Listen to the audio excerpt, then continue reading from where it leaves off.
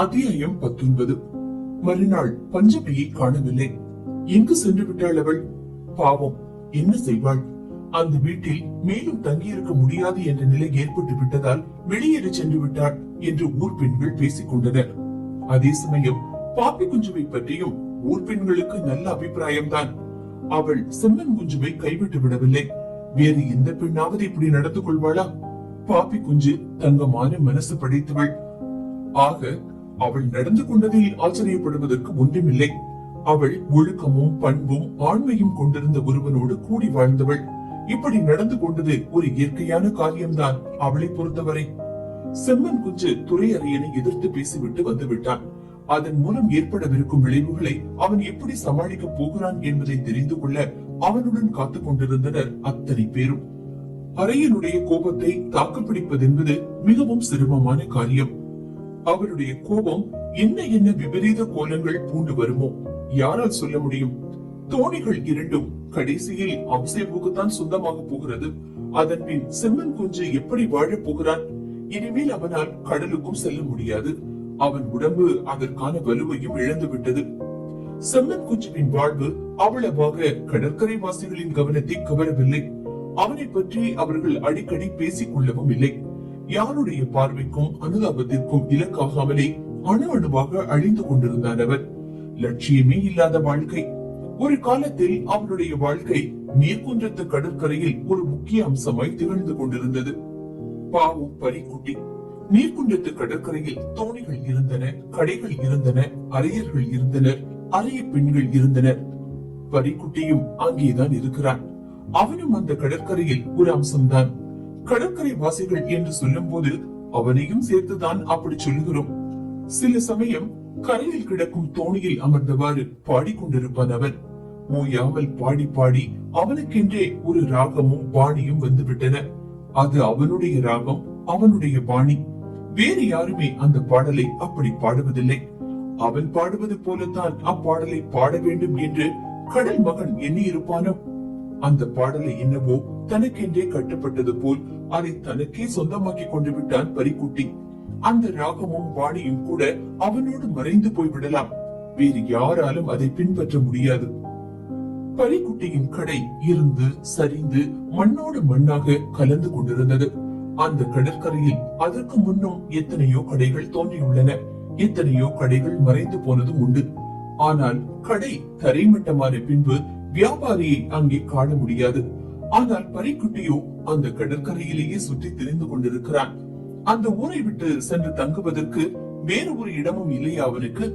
ஒரு கால் அப்படி இருக்கலாம். அந்தி சாயும் நேரத்தில் துயரம் தோய்ந்த முகத்தோடு அவன் அந்த கடற்கரையில் சுற்றி திரிவதை காணலாம். எதையோ மண்ணில் தொலைய விட்டுவிட்டு தேடி அலைந்து கொண்டிருக்கிறான் என்று தோன்றும். அதை தேடி எடுத்து விடுவது என்ற வைராக்கியத்துடன் சுற்றி திரிகிறான் என்ற எண்ணம் ஏற்படும். அதற்கு முன் ஒரு சமயம் அவனுடைய பெயரை கடற்கரை வாசிகள் அடிக்கடி பிரஸ்தாபிக்கும்படி ஒரு சந்தர்ப்பம் ஏற்பட்டது. கருத்தம்மாவோடு அவன் நெருங்கி பழகி கொண்டிருந்த காலத்தில் அவனை பற்றி எல்லோரும் பேசிக் கொண்டார்கள். ஆனால் அந்த வம்பு பேச்சு சட்டென்று அடங்கி போய்விட்டது. அப்படி அடங்கி போனதுதான் இயற்கை. ஏனெனில் கடற்கரையை பொறுத்தவரையில் அது அத்தனை முக்கியமான விஷயம் அல்ல. அதற்கு முன்னும் எத்தனையோ வியாபாரிகள் கடற்கரை பெண்களுடன் கூடி குலுவியதுண்டு. ஆனால் அப்போதெல்லாம் அதன் விளைவுகள் இத்தனை ஆழமாக இருந்ததில்லை. ஒரு முகமதிய வியாபாரி மரக்காத்தி பெண்ணிடம் காதல் உறவாட கூடாது என்பது உண்டா? காதலிக்க கூடாது என்பதில்லை. ஆனால் அன்று வரையில் அப்படி நடந்தது இல்லை. அதுதான் விஷயம். ஆனால் அவர்களுடைய காதல் உறவு முறிந்து போனதையோ, அவர்களுடைய வாழ்க்கையை அது எவ்வாறெல்லாம் பாதித்தது என்பதையோ அந்த கடற்கரை வாசிகளில் யாருமே தெரிந்து கொள்ளவில்லை. ஆனால் இன்றும் தோணி கரை வந்து சேரும் நேரத்தில் பரிக்குட்டியும் அங்கே சென்று நின்று கொண்டிருப்பான். வியாபாரம் நடந்து முடிவதை தூர நின்று பார்த்து கொண்டிருப்பான். சில சமயம் சில்லறை தரகு வியாபாரத்தில் ஈடுபட்டு அன்றாட செலவுக்கு காசு பார்ப்பான். அவனும் இவ்வாறு நாளை தள்ளி கொண்டிருந்தான்.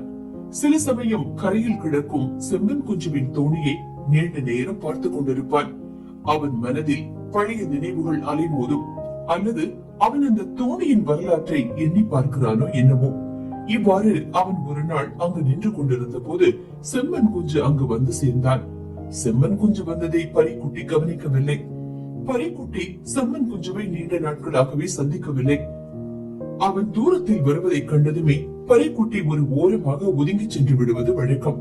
அவன் மனதில் அப்போதெல்லாம் இனம் தெரியாத குற்ற உணர்வு எழுந்ததுதான் காரணமாக இருந்திருக்குமோ?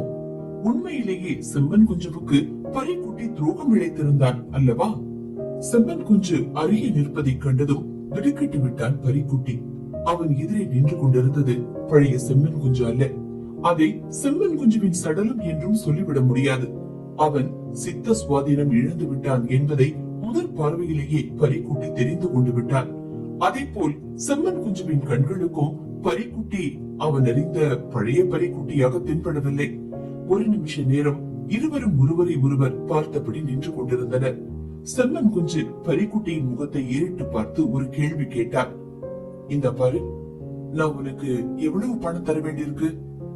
பரிக்குட்டி என்றுமே ஞாபகத்தில் வைத்திராத விஷயம் அது. உண்மையில் அது அவனுக்கு தெரியவும் தெரியாது. அந்த எண்ணமே அவனுக்கு இல்லை. செம்மன் குஞ்சு மீண்டும் அதே கேள்வியை கேட்டான். எவ்வளவு சொல்லு. பரிக்குட்டிக்கு என்ன பதில் சொல்வது என்று தெரியவில்லை. அவனுக்கு ஒரு தம்படி கூட வசூலாக வேண்டியதில்லை. ஆனால் அவன் எதையோ சொல்ல எண்ணினான். ஆனால் அதையெல்லாம் சொல்ல ஒரு பயம். அப்போது இந்நிலை விசித்திரமான ஒன்று. அவன் செம்மன் குஞ்சுவிடம் கடன் வாங்கியவனாகத்தான் அங்கு நின்று கொண்டிருந்தான். பணம் கடன் கொடுத்தவன் அவனை நெருக்குகிறான். உண்மையிலேயே பரிக்குட்டி பணம் கொடுத்ததும் செம்மன் குஞ்சு அதை வாங்கி கொண்டதும் எதை அடிப்படையாக கொண்டு நிகழ்ந்த காரியம்? பரிக்குட்டி கருத்தம்மாவை காதலித்தான். கருத்தம்மாவும் பரிக்குட்டியை காதலித்தாள். வாஸ்தவம்தான். இருவரது காதல் உணர்வும் களங்கமற்றது. அவன் மனதில் காதல் உணர்ச்சி தலை தூக்கிய காலத்தில் செம்மன் குஞ்சுவுக்கு பணம் கொடுத்தான். அந்த பணத்தை கொடுக்கிற காலத்திலேயே அதை திரும்ப பெற்றுக் கொள்ள வேண்டும் என்ற எண்ணம் பரிக்குட்டிக்கு இல்லையோ?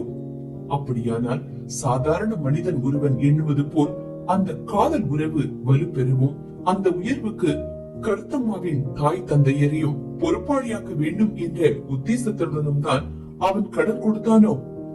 பணத்தை காட்டி அவர்களை மயக்குவது என்பது அவனது உத்தேசமா? கண்ணில் மண்ணை தூவிய காரியம் தானா அது? மகளை அடைவதற்கு அப்பனுக்கு கொடுத்த லஞ்சம் தானா அது? உண்மையான எண்ணம் அதுவாக இருந்திருக்க முடியாது. பரிக்குட்டி என்றுமே கருத்தம்மாவை தனதாக்கிக் கொள்ள முயன்றதில்லை. அப்படியானால் அவள் மற்றொருவனுக்கு சொந்தம் என்ற நிலை ஏற்பட்ட போது அவன் கொடுத்த பணத்தை திரும்ப கேட்டிருக்க வேண்டும் அல்லவா? காரியம் கைகூடாதவரை லஞ்சத்தை திரும்ப பெற முயல்வது நடக்கக்கூடிய காரியம் தானா? அப்படியானால் செம்மன் குஞ்சு அவனை அணுகி கேட்டான். அதனால் கொடுத்தான் என்று சொல்லலாமா? அப்படியும் சொல்லிவிட முடியாது. அப்படியானால் அதை ரகசியமாக செய்ய வேண்டியதன் அவசியம் என்ன? ஆனால் அந்த ஒரு காரியத்தால் தான் அவன் அடியோடு அழிந்து போனான். அழிந்து போனான் என்று லேசாக சொல்லிவிட்டால் போதாது. அரை வேட்டி மட்டும் மிஞ்சிய நிலைமைக்கு வந்து விட்டான் அவன். அவனுடைய வீடும் மனையும் இன்று வேறொருவனுக்கு சொந்தமாகிவிட்டன. இனிமேல் அவனுக்கு என்று ஒன்றும் மிச்சம் இல்லை. அவனுக்கு என்று ஒரு லட்சியம் இல்லை, திட்டம் இல்லை, வாழ்க்கையும் இல்லை. பழையபடி கடையை சிறுக கட்டி வளர்த்து காலொன்றி முன்னேற முடியாதா? வேறு எதற்காகவும் இல்லை என்றாலும் சாகர மட்டும் உயிர் சுமந்து திரிய வேண்டுமே, கும்பி கழுவி தீர வேண்டுமே. இனிமேல் எந்த காலத்திலும் கருத்தம்மா அவனுக்கு சொந்தமாக்க போவதில்லை. அந்த அத்தியாயத்தை மூடி வைத்து விட வேண்டியதுதான். வாழ்க்கையில் கசப்பான அனுபவங்கள் ஏற்படுகிற போது, வாழ்க்கை ஓட்டம் தடைப்பட்டு தேங்கி போகிற போது உடலும் உள்ளமும் உருக்குலைந்துதான் போகும். அவன் தோல்வி கண்ட காதலன் ஆகிவிட்டான். மனதில் எஞ்சி இருப்பதெல்லாம் நிராசை ஒன்றுதான். செம்மன் குஞ்சும் வழியில் இருந்து ஒரு பொட்டலத்தை வெளியே எடுத்தான். எவ்வளவு பணம் தர வேண்டியிருக்குது சொல்லு என்று அவன் மீண்டும் கேட்டான். அப்போதும் பரிக்குட்டி பதில் சொல்லவில்லை. ஏதோ ஒரு பெரும் தவறு இழைத்து விட்டவன் போல் செம்மன் குஞ்சுவின் முன்னால் நின்று கொண்டிருந்தான் பரிக்குட்டி. செம்மன் குஞ்சுதான் தொடர்ந்து பேசினான். உன்னை ஒரு நல்ல ஆள் அப்படின்னு நினைச்சுக்கிட்டு இருந்தேன். ஆனா நீ அப்படி இல்ல. பரிக்குட்டி என்ன தவறுதான் இழைத்து விட்டான்? அவன் கருத்தம்மாவிற்கு துரோகம் பண்ணி விட்டானா? அல்லது அவளுடைய திருமணத்தை நடக்க விட்டாமல் முட்டுக்கட்டை போட்டு தடுத்து விட்டானா? என்ன தவறுதான் செய்து விட்டான்? ஒரே ஒரு தவறு செய்து விட்டான் அவன். வேறொன்றுமில்லை, கருத்தம்மாவை காதலித்து விட்டான். அதுவும் ஒரு திட்டம் வகுத்துக் கொண்டு நிறைவேற்றிய காரியம் அல்ல. யாருக்கும் தீங்கு இழைக்க வேண்டும் என்ற எண்ணம் அவனுக்கு என்றுமே இருந்ததில்லை. அவன் ஒரு ஆணாக பிறந்து விட்டான். அவன் ஒரு பெண்ணை காதலிக்க காரணமும் அதுதான். ஆனால் அவளுடைய வாழ்க்கை முன்னேற்றத்தில் அவன் என்றுமே குறுக்கிட்டு குந்தகம் விளைவித்ததில்லை. கூடுமானவரை தன் போக்கில் ஒதுங்கித்தான் அவன் வாழ்ந்து வருகிறான். இப்படியெல்லாம் நடந்து கொண்ட பின்பும் அவன் ஒரு குற்றவாளியைப் போலத்தான் செம்மன் குஞ்சுவின் முன்னால் நின்று கொண்டிருந்தான். செம்மன் குஞ்சு சொன்னான், என் மகன் மேல ஒரு கண்ணை வச்சுக்கிட்டு தானே நீ அன்னைக்கு எனக்கு கடன் தந்த. ஒரு நாளும் அந்த எண்ணம் இல்லை என்ற பதில் அவன் தொண்டைக்குழி வரையிலும் வந்தது. ஆனால் அந்த பதிலை அவனால் வாய்விட்டு சொல்ல முடியவில்லை. ஆயினும் அவன் செம்மன் குஞ்சுவின் குற்றச்சாட்டை மறுத்து கன்னத்தில் அறைந்தாற் போல் பதில் சொல்லி இருக்க வேண்டாமா? அவன் அப்படி சொல்லவில்லை. செம்மன் குஞ்சு சொன்னான், கேட்ட உடனே கையில் இருந்த பணத்தை எல்லாம் அரிச்சு பொறுக்கி தந்துவிட்ட. கொஞ்சம் கூட தயங்கல நீ. வெறும் சாதனி. அதனாலதான் அப்படி நடந்துகிட்டேன்னு நினைச்சேனா? மனசுல உனக்குன்னு ஒரு திட்டம் வச்சிருந்தேன்னு இப்பதான் தெரியுது. பொட்டலத்தை பிரித்து பணத்தை எண்ணிக்கொண்டே பேசினான் செம்மன் குஞ்சு. நீ எனக்கு பெரிய துரோகம் பண்ணிவிட்ட. உனக்கு தெரியுமா அது? கரைக்குட்டி கல்லால் அடித்த சிலை போல் நின்று கொண்டிருந்தான். உணர்விழந்து செயல் இழந்து நின்று கொண்டிருந்தான். செம்மன் குஞ்சுவின் கண்களில் ஈரம் படிந்தது. உனக்கு தெரியாது. ஆமா, உனக்கு தெரியாது. சொல்லப்போனா உனக்கு எதுக்கு தெரியணும்? நீ ஒரு பேயி, பிசாசு. அப்போதும் பரிக்குட்டி மௌனமாகத்தான் நின்று கொண்டிருந்தான். இந்த பாரு, நீ ஒரு குடும்பத்தை அடியோடு அழிச்சு நிர்மூலம் பண்ணிட்ட. வாழ்க்கைன்னு ஒண்ணு இல்லாம பண்ணிவிட்ட. உன்னால எத்தனை பேர் அழிஞ்சு போயிட்டாங்கன்னு தெரியுமா உனக்கு? செம்மன் குஞ்சுவின் குடும்பத்தை அதன் ஆரம்ப நாளிலிருந்து அன்று வரையில் ஆராய்ந்து பார்க்க வேண்டிய சந்தர்ப்பம் கூடிவிட்டது. ஒரு தோணியும் வலையும் வாங்கிவிட்டு தான் உட்காருவது என்ற திட சித்தத்துடன் சக்கி மீன்கூடையை தூக்கிக் கொண்டு வியாபாரத்திற்கு சென்ற அடிநாளில் இருந்து அந்த குடும்பத்தின் வரலாற்றை ஆராய்ந்து பார்க்க வேண்டும். அந்த குடும்பத்தின் கதையை மொத்தமாக எண்ணி பார்க்கிற போது செம்மன் குஞ்சு சொல்வதிலும் ஓரளவு உண்மை இருக்கிறது என்பது புலப்படும். தொண்டை கரகரக்க செம்மன் குஞ்சு சொன்னான், இந்த கடற்கரையில என் சக்கி மாதிரி ஓடி தெரிஞ்சுக்கிட்டு இருந்த கருத்தமாவ நீ கெடுத்து விட்ட. அன்னைக்கே ஆரம்பிச்சுட்ட நீ உன் விஷமத்தை. அன்னைக்கு பிடிச்சது சனியே. அதுவும் வாஸ்தவம் தான். பரிக்குட்டி கருத்தம்மாவை காதலிக்காதவரை இது ஒன்றுமே விளைந்திராது என்று கூறிவிடலாம் அல்லவா? திட்டவட்டமான யோசனைகள் கொண்டிருந்த அந்த அறைய குடும்பம் கடற்கரையில் வாழ்ந்து முன்னேறி கொண்டுதான் இருந்தது. சீரும் சிறப்புமாக வாழ்ந்தது என்று கூட சொல்லலாம். பலம் பொருந்திய உடலையும் இயற்கை சக்திகளுடன் ஓய்வு ஒளிச்சலின்றி போராடியதன் விளைவாக அரையன் மட்டும் அறிந்து கொண்ட தத்துவ உண்மைகளையும் பெற்றுக் கொண்டிருந்த அந்த குடும்பத்தின் வாழ்க்கை பொய்க்கனவாய் போனதற்கு பரிக்குட்டியும் ஒரு காரணம்தான். கடைசியில் இன்று செம்மன் குஞ்சு கையில் எஞ்சி இருப்பது என்ன? அவனுக்கு மனைவி இல்லை, குழந்தைகளும் இல்லை. வாழ்நாள் முழுவதும் அயராது பாடுபட்டு சம்பாதித்த தோணி இல்லை, வலையும் இல்லை. ஒன்றுமே மிஞ்சவில்லை. இருப்பவற்றை எல்லாம் எண்ணி கணக்கிட்டு பார்த்தால் மிஞ்சுவது வெறும் 595 ரூபாய்தான். அவனும் அவன் மனைவியும் ஆயுள் பூராவும் அரும்பாடுபட்டதற்கு பலன். அதோடு கடன் வேறு இருக்கிறது. ஒரு பூச்சியை போல் செம்மன் குஞ்சுவின் வாழ்க்கை ஏடுகளை துளைத்து துளைத்து ஆராய்ந்து பார்த்தான் பரிக்குட்டி. செம்மன் குஞ்சு சொன்னது உண்மையிலும் உண்மை. அன்றொரு நாள் அவன் தன் பாப்பாவின் கையில் தொங்கியபடி அந்த கடற்கரையில் அடியெடுத்து வைத்தானே, அந்த நாளை யாராலும் சபிக்காமல் இருக்க முடியாது. அந்த நாளை எண்ணி வருந்தாமல் இருக்க முடியாது. அன்று தோணி அருகே கொஞ்சமீன் பொறுக்க வந்த அந்த குட்டி எதற்காக அவனை இமை கொட்டாமல் அப்படி பார்த்தாள்? அவள் கண்டெடுத்த செந்நிற சங்கை அவளிடம் கேட்டான் அவன். அதை எனக்கு தருவியா? அவள் அந்த சங்கை அவன் கையில் கொடுத்தாள். அன்று அவள் அந்த சங்கோடு தனது இதயத்தையும் அவனுக்கு தந்துவிட்டாள் அல்லவா? ஆனால் இப்படி நடந்து கொண்டதற்காக பரிக்குட்டியை ஒரு குற்றவாளி என்று சொல்லிவிட முடியுமா? அந்த குடும்ப வாழ்க்கையில் அவன் வேண்டுமென்றே புகுந்து செல்லவில்லை. அவன் நாட்பட தன்னுணர்வின்றியே அந்த குடும்பத்தின் அடி ஓட்டத்தில் வந்து அகப்பட்டு கொண்டு விட்டான். அவன் மீது எந்த குற்றத்தை வேண்டுமென்றாலும் துணிந்து சுமத்தலாம். ஆனால் தன் மனதில் அவன் எண்ணிக்கொண்டதையெல்லாம் யார்தான் அறியக்கூடும்? ஆனால் அதையெல்லாம் எவ்வாறு வாய்விட்டு கூற இயலும்? இந்த உண்மைகளை எல்லாம் அறிந்து கொள்ளக்கூடிய ஒரே உயிர் இந்த உலகத்தில் உண்டு. அவள்தான் கருத்தம்மா. அவளாவது அவனது மனதிலிருந்து உண்மையை ஏற்றுக்கொள்வாளா? நம்புவாளா? அவனுடைய நினைவே அவளை திடுக்கிட செய்து விடுமோ? அவனை எண்ணினாலே பிறர் பயப்படத்தான் செய்வார்கள். அவனுடைய ஜென்மம் அப்படி. செம்மன் குஞ்சு சொன்னான், இனிமே எனக்கு ஒரே ஒரு வெறுப்பு தான் இருக்குது. என்ன அழிச்சு போடணும்னு, என் பொண்ணையும் அழிச்சு போடணும்னு திட்டம் போட்டு நீ தந்தியே, இந்தா அந்த காசு இதோ இருக்கு, வாங்கிக்கிட்டு போ. அவன் பணத்தை எடுத்து நீட்டினான். இடத்தை விட்டு அசையாமல் அங்கேயே நின்று கொண்டிருந்தான் பரிக்குட்டி.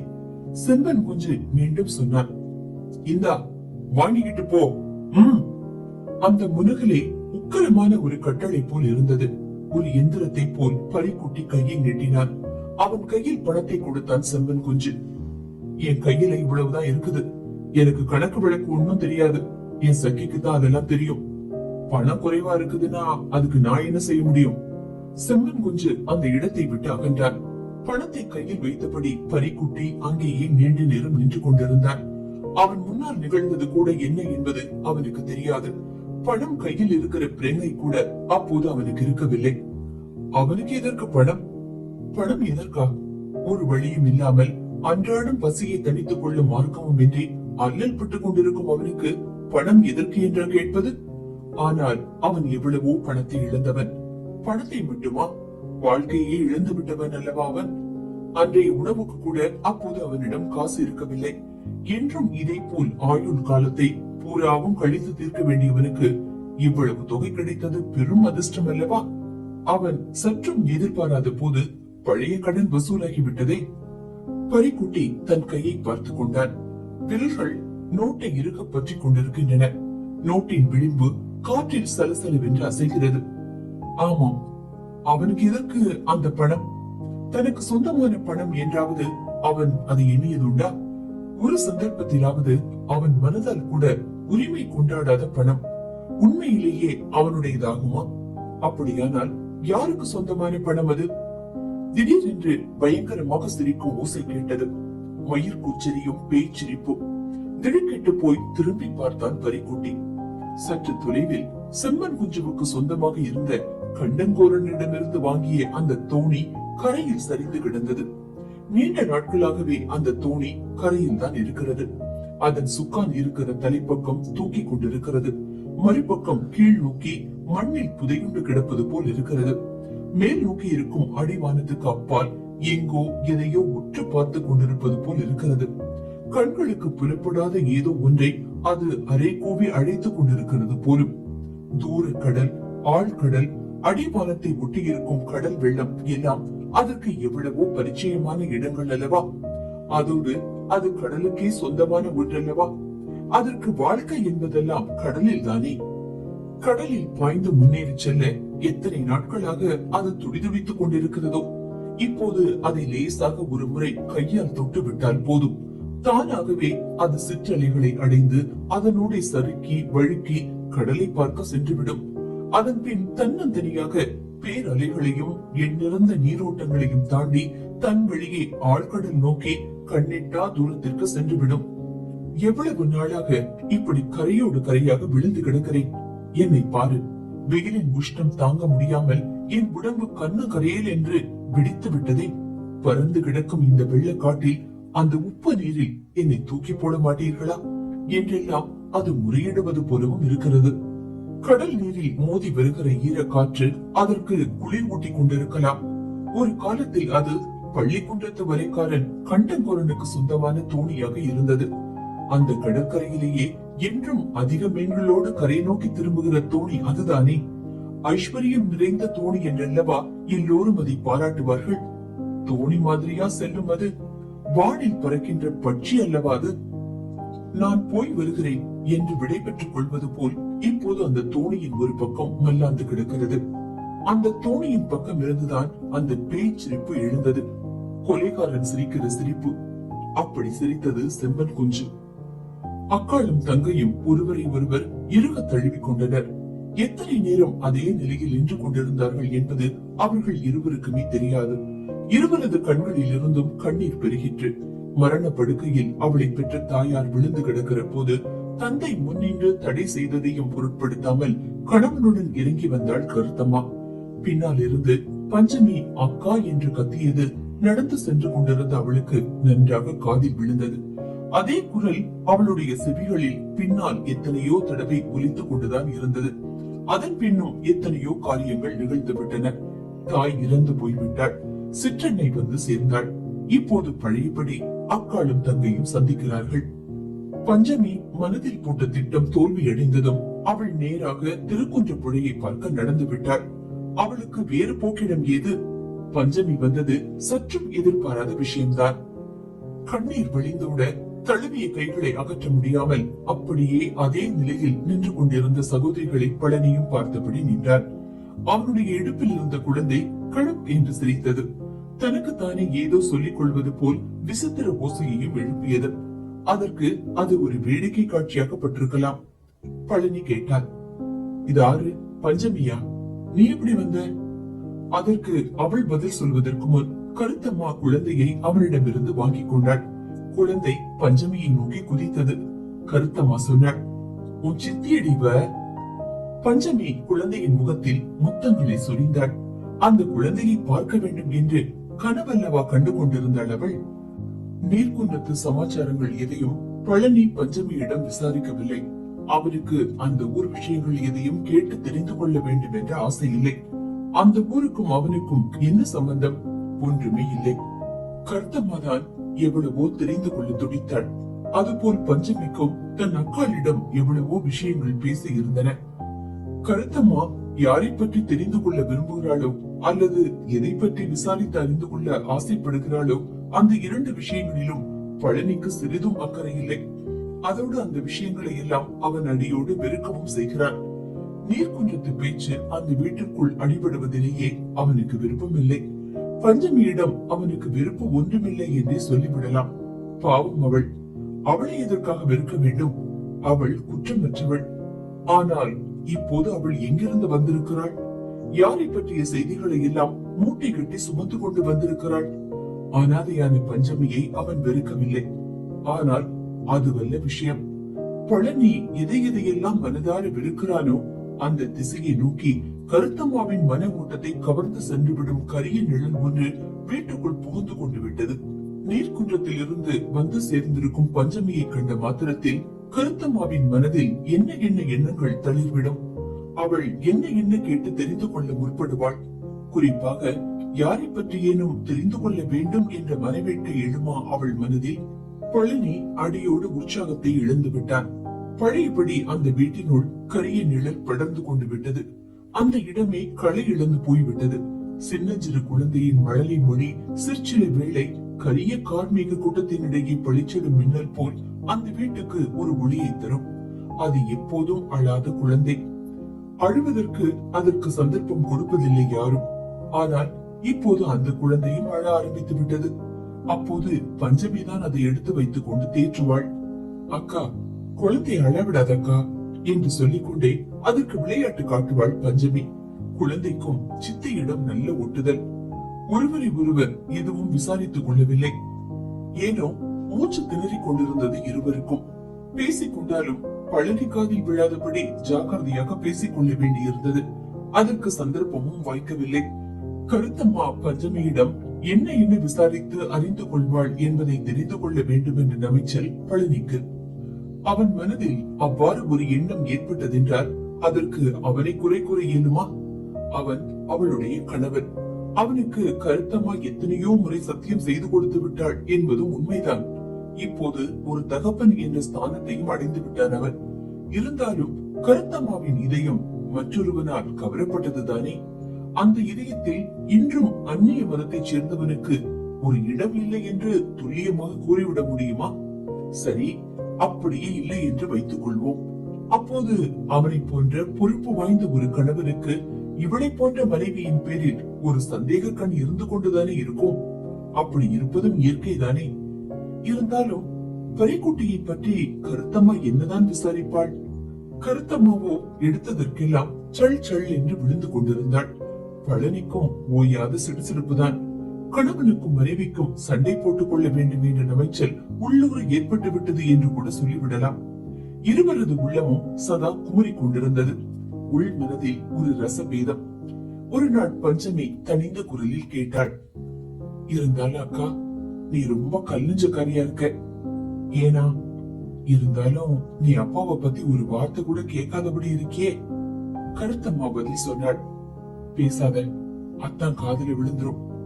அன்று மாலை சற்று பொழுதோடு தூண்டில் போட போவதாக சொன்னான் பழனி.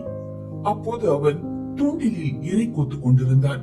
அன்று கருத்தமாவும் வழக்கத்தை விட முன்னதாகவே சோறாக்கி முடித்து விட்டாள். அவ்வாறு செய்து முடித்ததில் ஒரு நிம்மதியும் பிறந்தது அவளுக்கு. இருளில் பழனி கடலுக்கு சென்றார். தாயும் குழந்தையுமாக அவனை வழி அனுப்பி வைத்தனர். அன்று குழந்தை கையை வீசி அவனை வழி அனுப்பி வைத்தது.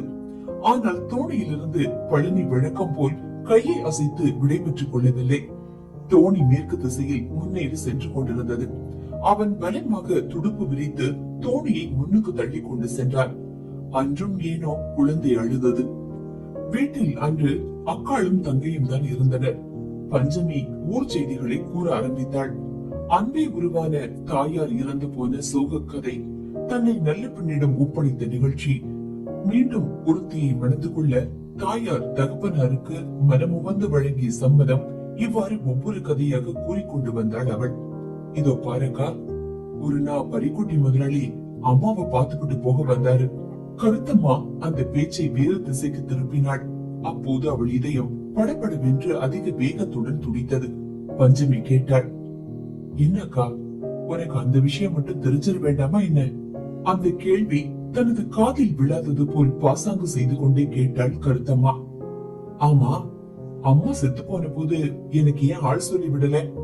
விட வேண்டாம்னு எல்லாரும் சொல்லிட்டாங்க. எல்லாருமா? ஆமா, உன்னை எல்லாரும் கெட்டு போனவ அப்படின்னு சொல்லிவிட்டாங்க. அதுக்கு ஏத்தா போல நீயும் கண்ணு கணக்கா இருந்து புட்ட. இல்லனாலும் என்னைக்குமே நீ அப்படித்தான். மனசுல அன்பே கிடையாது. கல்லுச்சக்காரினா அது நீதான். இதை தொடர்ந்து பஞ்சமி வீட்டுக்கு வந்த சிற்றனையை பற்றி பேச ஆரம்பித்தாள். அதை பற்றி சொல்லிக் கொண்டு வரும்போது நடுவில் முக்கியமான செய்தி ஒன்றையும் சொல்ல வேண்டி வந்தது. அக்கா, நமக்கு சொந்தமா இருந்த தோணி வலை எல்லாம் போச்சு. அதையெல்லாம் ஈடா வச்சு அப்பா கடன் வாங்கி போட்டாரு. ஆனா சின்னம்மா அந்த பணத்தை அப்படியே தூக்கி தன் மகனுக்கு கொடுத்து விட்டா. இந்த நிகழ்ச்சியை மிகவும் விரிவாக சொன்னாள் பஞ்சமி. அவர்களுக்கு சொந்தமான தோணியும் வலையும் கையை விட்டு போய்விட்டது. அப்பா கன கம்பீரமாக நின்று கொண்டிருக்க, ஒரு அலையில் இருந்து மற்றொரு அலைக்கு தாவி பறவை போல் முன்னேறி செல்லும் அந்த தோணி அப்போது கருத்தம்மாவின் மனக்கண் முன் வந்து நின்றது. தாயும் தந்தையும் சலியாது உழைத்து வாங்கிய தோணி. அந்த தோணியிடமே அவளுக்கு அலாதியான ஒரு பாசமும் பந்தமும் இருந்ததுண்டு. எங்க தோணி என்று அவள் முதலில் வாய் திறந்து சொன்னது பழனியின் தோணியை அல்ல. இன்று மற்றொருவனுக்கு சொந்தமாகிவிட்டது. இனிமேல் அதை பற்றி எண்ணி பார்ப்பது கூட வீண் வேலைதான். அன்றும் கருத்தம்மா அழுதாள். பஞ்சமி, இனிமே அப்பா எப்படி காலம் தள்ளுவாரு என்று ஆற்றாமை துணிக்கு கேட்டாள். எப்படியோ, அவள் சொன்ன மற்ற செய்திகளை எல்லாம் விட இந்த ஒரு விஷயம் அவள் இதயத்தை பிளந்தது. ஆனால் அதை விடவும் அவள் மனதை சுட்டது அவளுடைய கேள்விக்கு பஞ்சமி சொன்ன அலட்சியமான உணர்ச்சியற்ற பதில்தான். சொந்த தகப்பனின் எதிர்காலத்தை எண்ணி அவள் சிறிதும் வருந்துவதாக தெரியவில்லை. அவளை பொறுத்தவரை அது மிக சிறிய விஷயம். தன்னையே ஒரு கணம் மறந்து பேசினாள் கருத்தம்மா. அடேயப்பா, என்ன நெஞ்செழுத்த உனக்கு? என்னன்னு கேக்குறேன். அப்பா கதி என்ன ஆகுன்னு எண்ணி பார்க்காம நீ பாட்டுக்கு வந்துட்ட. இனிமே அவரை கவனிச்சுக்க யாரு இருக்காங்க? கருத்தம்மா சொன்னதும் உண்மைதான். அதே போல் பஞ்சமி சொன்னதிலும் உண்மை இருந்தது. அவளை குறை கூற என்ன இருக்கிறது? ஆனால் ஒரே ஒரு வித்தியாசம். வேறு மார்க்கம் எதுவும் தட்டுப்படாமல் இருந்த தர்ம சங்கட நிலையில் தாயையும் தகப்பனையும் விட்டுவிட்டு வந்தாள் அவள். ஆனால் பஞ்சமி அப்படி வரவில்லை. பஞ்சமி சொன்னாள், அன்னைக்கு நீ மட்டும் போகாதபடிக்கு வீட்டோடு இருந்திருந்தா இது ஒண்ணுமே வந்துராது. அம்மா மாதிரி நீயும் வீட்டு வேலையை கவனிச்சுக்கிட்டு இருந்திருந்தா போதும். கருத்தம்மா என்ன சொல்லில் ஆழ்ந்து தன்னையே மறந்து விட்டாள். பஞ்சமி சொன்னது போல் வீட்டோடு இருந்திருந்தால், அப்படி இருந்திருந்தால் எல்லாம் ஒழுங்காக நடந்து கொண்டு வந்திருக்குமா? பாவம் பஞ்சமி, அவள் ஒரு பாவமும் அறியாதவள். அவள் என்ன செய்வாள்? அவள் சொன்னது போல் பிறந்த வீட்டோடு இருந்திருந்தாலும் என்ன என்ன விபரீதங்கள் இருந்திருக்குமோ? அப்படி அவள் அங்கேயே தங்கி இருந்தால் பஞ்சமி ஒரு கால் தன் அக்காளையே இழந்து விட்டிருக்கவும் கூடும். ஆனால் இதையெல்லாம் அவளால் உணர்ந்து கொள்ள முடியுமா? பஞ்சமியோ பெரிய வாயாடி. அவள் சும்மா உட்கார்ந்து கொண்டிருப்பாளா? உனக்கு சொந்தமா ஒரு மரக்காம் வந்து சேர்ந்ததும் அடியோட எல்லாத்தையும் மறந்துவிட்டு நீ பாட்டுக்கு அவன் பின்னாலேயே ஓடி வந்து விட்ட. ஐயோ, அப்படி சொல்லாத, அது பொய் என்ற சொற்கள் இதயத்தை பொசுக்கி தாங்க முடியாத வேதனையை கிளப்பிக் கொண்டே அவளுடைய நுனி வரையிலும் வந்தன. ஆனால் அவை வெளியாகவில்லை. அவள் விம்மி அழுத போது இடையிடையே சில வார்த்தைகள் மட்டும் சிதைந்து வெளியாகின. உண்மையில் அவள் என்ன சொல்ல எண்ணினாள்? அவள் சொல்ல எண்ணியதெல்லாம் கணவன் மீது வைத்த அன்புணர்ச்சியில் என்னதான் நேர்ந்து விட்டாலும் அவனுடைய வார்த்தைகளை மதித்து அதற்கு கட்டுப்பட்டு அவனுடன் செல்ல வேண்டியதுதான் கடமை என்பதை உணர்ந்து அதன்படி நடந்து கொண்டேன் என்பதுதானே. ஆனால் அது உண்மைதானா? வேறு சில காரணங்களும் உண்டல்லவா? அதையெல்லாம் பழனியின் நிழலில் வாழ்ந்து கொண்டே அவனுடைய உப்பை தின்று கொண்டே எவ்வாறு கூற முடியும் கருத்தம்மாவால்? பாவம், பழனி கடலுக்கு சென்றிருக்கிறான். உண்மையை அப்பட்டமாக சொல்வதென்றால் தன்னை காப்பாற்றிக் கொண்டு விட வேண்டும் என்ற எண்ணத்தில் தப்பியோடி வந்தவள் தானே அவள். தாய் தந்தையரிடம் எல்லை இல்லாத அன்பு கொண்டிருந்தாள் என்றோ, கட்டிய கணவனிடம் எங்கும் காண முடியாத கடமை உணர்வுடன் நடந்து கொள்ள எண்ணினாள் என்றோ சொல்வதற்கில்லை. பஞ்சமி சொன்னது போல் அவள் மரக்கான் பின்னால் ஓடி சென்று விடவும் இல்லை. ஊர் செய்திகளை கூறிக்கொண்டே வந்த போது தகப்பனுக்கு பைத்தியம் பிடித்துவிட்ட துரதிருஷ்டத்தையும் பஞ்சமி சொன்னாள். அதோடு தாங்க முடியாத வெறுப்புடன் பல்லை நறுநறுவென்று கடித்துக் கொண்டே சொன்னாள், அக்கா, நீ அந்த துலுக்கனை கட்டிக்கிட்டு தெரிஞ்சேன்னு சொல்லுதா அந்த தடிச்சி? கடற்கரைய அசுத்தம் பண்ணிக்கிட்டு இருந்தியா நீ? மிகுந்த ஆற்றாமையுடன் பஞ்சமி தொடர்ந்து சொன்னாள். பாவம், அப்பாவுக்கு பைத்தியம் பிடிச்சு போச்சு. பஞ்சமியின் பேச்சுக்கு தலைகசைக்கு கூட செய்யாமல் கல்லாய் சமைந்தபடி உட்கார்ந்து கொண்டிருந்தாள் கருத்தம்மா. அவளுக்கு தலை சுற்றியது, கண்கள் இருண்டன. தொடர்ந்து பல்வேறு சமாச்சாரங்களை கூறிக்கொண்டிருந்தாள் பஞ்சமி. அவள் சொன்னதிலிருந்து ஒரு விஷயம் தெரிய வந்தது. இன்றும் அவளுடைய பேச்சு கடற்கரையில் அடிபட்டு கொண்டுதான் இருக்கிறது. சலிப்பு தட்டாமல் பெண்கள் அதை வம்பளந்து கொண்டுதான் இருக்கின்றனர். மிகவும் மானியாக வாழ்ந்து வந்த அப்பா அவளை மனதார மன்னிப்பாரா? பழையபடி பஞ்சமி பரிக்குட்டியை பற்றி பேச ஆரம்பித்தாள். அந்த இளைஞனின் சோக கதையை விவரித்தாள். பாவம், அவர்கிட்ட ஒண்ணுமே இல்ல, பட்டினிதான். பசியோட கடற்கரையில அங்க இங்கேயே தெரிஞ்சுக்கிட்டு இருப்பாரு. பார்த்தாலும் பைத்தியம் மாதிரி தான் இருக்கும். ஒரே கன்றாவியா இருக்கும் பாக்கிறதுக்கு. அவனை பற்றி சொல் என்றோ சொல்ல வேண்டாம் என்றோ கருத்தம்மா சொல்லவில்லை. உள்ளூர அதையெல்லாம் தெரிந்து கொள்ள வேண்டும் என்ற ஆசைதான் அவளுக்கு. அப்போது இருந்த சூழ்நிலைக்கு முற்றிலும் வேறுபட்ட ஒரு சூழ்நிலையில் இருந்திருந்தால் அவளை முந்திக் கொண்டு அதையெல்லாம் விசாரித்து அறிந்து கொள்ள முற்பட்டிருப்பாள். பஞ்சமி சொல்லிக் கொண்டிருக்கும் போதே உருமாலும் மஞ்சள் சட்டையும் அணிந்தபடி பாப்பாவின் கையில் தொங்கியபடி முன்னொரு நாள் அந்த கடற்கரைக்கு வந்து சேர்ந்த சிறுவனை கருத்தம்மா மனக்கண்ணால் கண்டு கொண்டுதான் இருந்தாலும் அன்று அவள் அவனுக்கு ஒரு சங்கை பரிசாக அளித்தாள். இதே போல் அந்த காதல் நாடகத்தின் பல்வேறு காட்சிகள் நொடியிடையில் அவள் மனத்திரையில் ஓடிக்கொண்டிருந்தனவோ. வாழ்வு விலை மதிக்க முடியாதது. அது அழிந்து போய்விட்டது. அழிந்துதான் போயிற்றா? இல்லை, அழிக்கப்பட்டு விட்டது. சுய நினைவின்றி அவள் பஞ்சமியிடம் கேட்டாள், இப்போதும் சின்ன முதலாளி தோணி மேல உட்கார்ந்து பாடிக்கிட்டு இருப்பாரா? பஞ்சமி பதில் சொன்னாள், சில சமயம் பாடிக்கிட்டு உட்கார்ந்து இருப்பாரு. அவன் பாடிக்கொண்டிருக்கும் அந்த பாடலுக்கு என்ன பொருள் என்பதை பஞ்சமி அறிவாளா? அறிந்து கொள்ள வாய்ப்பில்லை அவளுக்கு. கருத்தம்மா கேட்டாள், நீ பார்க்கது உண்டா? எப்போவாவது பாப்பேன். அப்போ என்னை பத்தி ஏதாவது உன்கிட்ட கேட்பாரா? இப்படி கேட்டபோது கருத்தம்மாவின் குரல் நடுங்கிக் கொண்டிருந்தது. பஞ்சமி சொன்னாள், என்ன பார்த்தா சிரிப்பாரு, அவ்வளவுதான். இல்ல, உன்னை பத்தி ரொம்ப கேட்பான் என்று அன்று வரையில் கேட்டதாக ஒரு கர்ஜனை எழுந்தது. சட்டென்று அதை இனம் கண்டு கொள்ள முடியவில்லை. பழனி முன்னால் நின்று கொண்டிருந்தான். பஞ்சமியும் கருத்தம்மாவும் அலறி புடைத்துக் கொண்டு எழுந்து நின்றனர்.